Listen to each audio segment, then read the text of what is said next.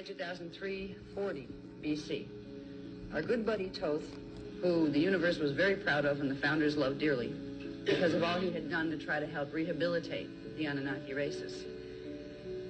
He caved into pressure and he orchestrated something we call the Great Deception. Because he was so trusted, he was allowed into the colonies of the Iani, the Ascended Masters groups that had come here. They had come here to use Stargate 6 to open it. It's something called the Halls of Amareya Passage. It's in Stargate 6. It runs from Sirius B down into Earth. It's like a passage connected to the main passages.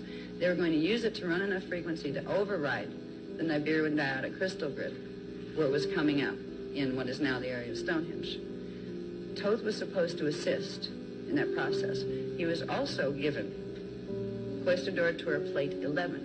Now these plates are discs. They're small discs that store all of the information that has to do with the race history here, the planetary history, but also the race history that went up further into the higher harmonics. He was supposed to translate verbally, not auditory, not in written form, because there was too much corruption to put it in written form on the planet then. He was supposed to take collectives of the Anu Melchizedek races, which were half human, half Anunnaki, and he was supposed to teach them the truth, the law of one. He was supposed to teach them the Maharata realities, the inner Christos. He was supposed to begin to teach them these things. Another little thing about the Cloister Tour plates, these are frequency holders and transmitters. They can also transmit frequency that activates something else called a signet shield. There were 12 Cloister Tour plates that were created at the same time as 12 signet shields. These look like hubcaps. Okay? They're bigger than the plates. You have the small plate, then you have a signet shield. The signet shields were given to the angelic human races in 2,460 BC, no, 246,000 BC, 246,000 BC. As part of the Emerald Covenant, they're remote activators for the Stargates. Okay? You can't activate the shield without the plate that goes with it. Thoth was entrusted with plate 11 in order to transmit information to help the Anu Melchizedek races, some of them, the ones that weren't totally corrupt at that point, to go into the light and to start, going into bioregenesis. He made a decision to side with the rest of his families, with the Enki family. We call it Thoth Enki because that is a particular group. Thoth Enki is the Enki Anunnaki family that crossed with the Zephelium Draconians, which are the ones that created the Zetas. So you could be like Thoth Enki Zeta races. All right.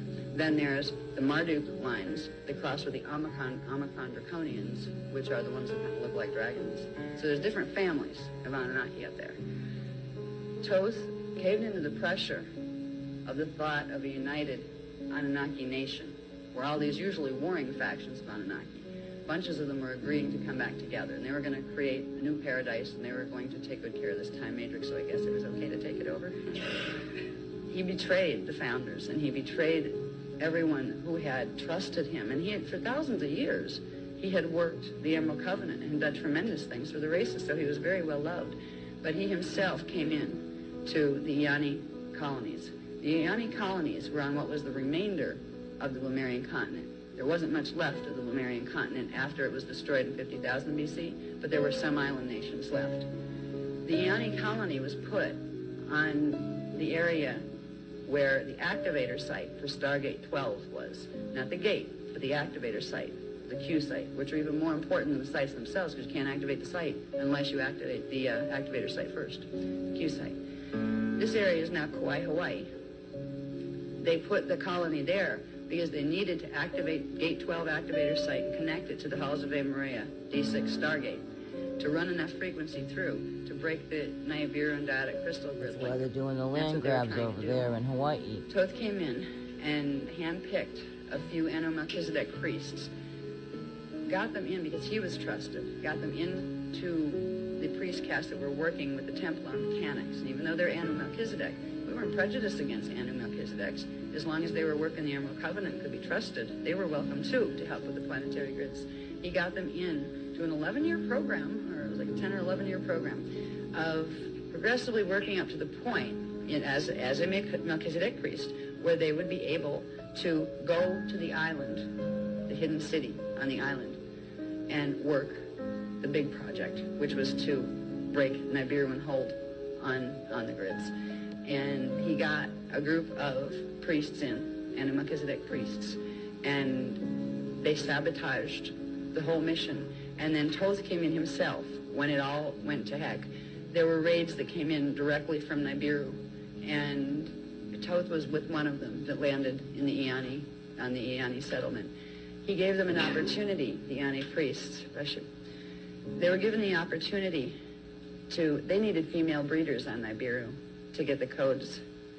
So the Iani women were offered an opportunity. If you don't want your husbands tortured and killed and sent over as basically fish bait to the corrupt Atlantean temples, we'll let them go, but you come with us. Thoth offered that deal. This is a good example of how wonderful things and horrible things can live in the same body. A bunch of the Iani women went to try to save their husbands.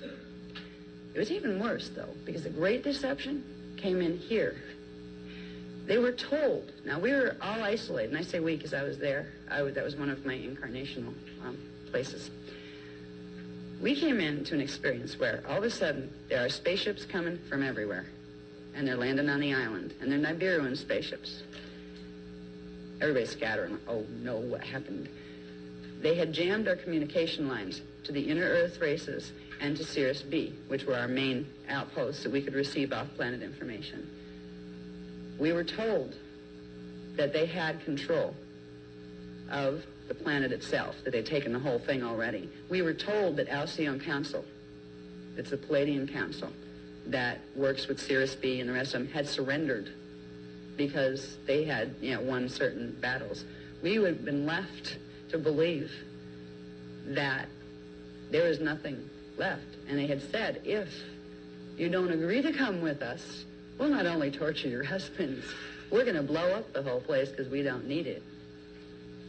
We'll get inner Earth, and then we'll destroy all the races on the face of the planet. So if you women of the Iani care about the other life forms on this planet, you'll agree to be our breeders. You'll agree to come to Nibiru with us. Because if you don't, we'll do horrible things to this planet. We were under the understanding that, this is really bad. They have control of the whole thing. And without Alcyon Council to hold Gate 5, that meant they had Gate 5, not just Gate 4. That meant that the only hope of fixing anything was to stay alive long enough to try to figure out what to do next. So a bunch of the Iani women, because they thought that that's the way the reality was, the way it had been painted, they went with them to Nibiru to be breeders. But they didn't get to go before they got to be breeders. They had to make sure they were pregnant. There was a selection that was done. Only the best of them were chosen. Boy, did that imprint come through with us now. I think women get their total insecurity about how they look because they were treated like meat. Only the ones that had the right genetic characteristics, the right eye color, the right hair color, the right proportions, were allowed to even be selected. You got to remember, Iani women were guardian women. They also came in as part of what's called a gender twin set. They came in with their twins, something called the Maharic twins, which are their D12 level Christos twins. They're genetically bonded together, Iani twins.